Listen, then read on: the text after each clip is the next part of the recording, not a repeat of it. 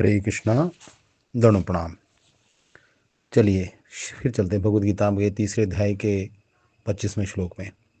दास अनुदास मधुसूदन दास का आप सभी भक्तों के चरणों में कोटि कोटि प्रणाम। सक्तः कर्मणि विद्वांसो यथा कुर्वन्ति भारत कुर्याद् विद्वांस तथा आसक्तश्चिकीर्षुर्लोक संग्रहम्। अर्थात जिस प्रकार अज्ञानी जन फल की आसक्ति से कार्य करते हैं, उसी तरह विद्वान जनों की को चाहिए कि वे लोगों को उचित पथ पर ले जाने के लिए अनासक्त रहकर कार्य करें। तात्पर्य प्रभुपाद जी कहते हैं, श्रील प्रभुपाद की जय। एक कृष्ण भावना भावित मनुष्य तथा एक कृष्ण भावनाहीन व्यक्ति में केवल इच्छाओं का भेद होता है। कृष्ण भावना भावित व्यक्ति कभी ऐसा कोई कार्य नहीं करता जो कृष्ण भावना अमृत के विकास में सहायक ना हो। यहाँ तक कि वह उस अज्ञानी पुरुष की तरह कर्म कर सकता है जो भौतिक कार्यों में अत्यधिक आसक्त रहता है, किंतु इनमें से एक ऐसे कार्य अपनी इंद्र तृप्ति के लिए करता है जो जबकि दूसरा कृष्ण की तुष्टि के लिए। अतः कृष्ण भावना भावित व्यक्ति को चाहिए कि वह लोगों को यह प्रदर्शित करे कि किस तरह कार्य किया जाता है और किस तरह कर्मफलों को कृष्ण भावना अमृत कार्य में नियोजित किया जाता है। हरे कृष्णा। धन्यवाद प्रणाम। हरे कृष्णा।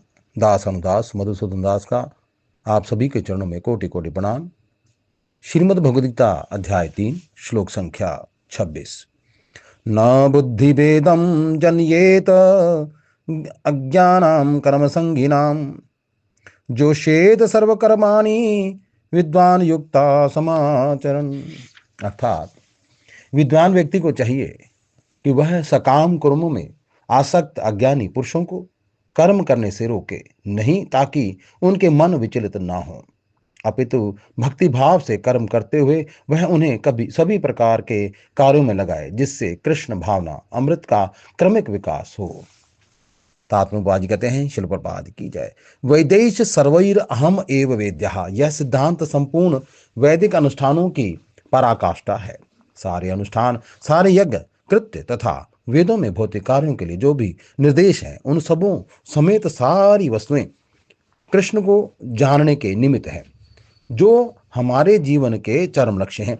लेकिन चूंकि बद्धजीव इंद्र तृप्ति के अतिरिक्त और कुछ नहीं जानते, अतः वे वेदों का अध्ययन इसी दृष्टि से करते हैं, किंतु सकाम कर्मों तथा वैदिक अनुष्ठानों के द्वारा नियमित इंद्र तृप्ति के माध्यम से मनुष्य धीरे धीरे कृष्ण भावना अमृत को प्राप्त होता है। अतः कृष्ण भावनामृत में स्वरूप सिद्ध जीव को चाहिए कि अन्यों को अपना कार्य करने या समझने में बाधा न पहुंचाए, अपितु उन्हें यह प्रदर्शित करे कि किस प्रकार सारे कर्मफल को कृष्ण की सेवा में समर्पित किया जा सकता है।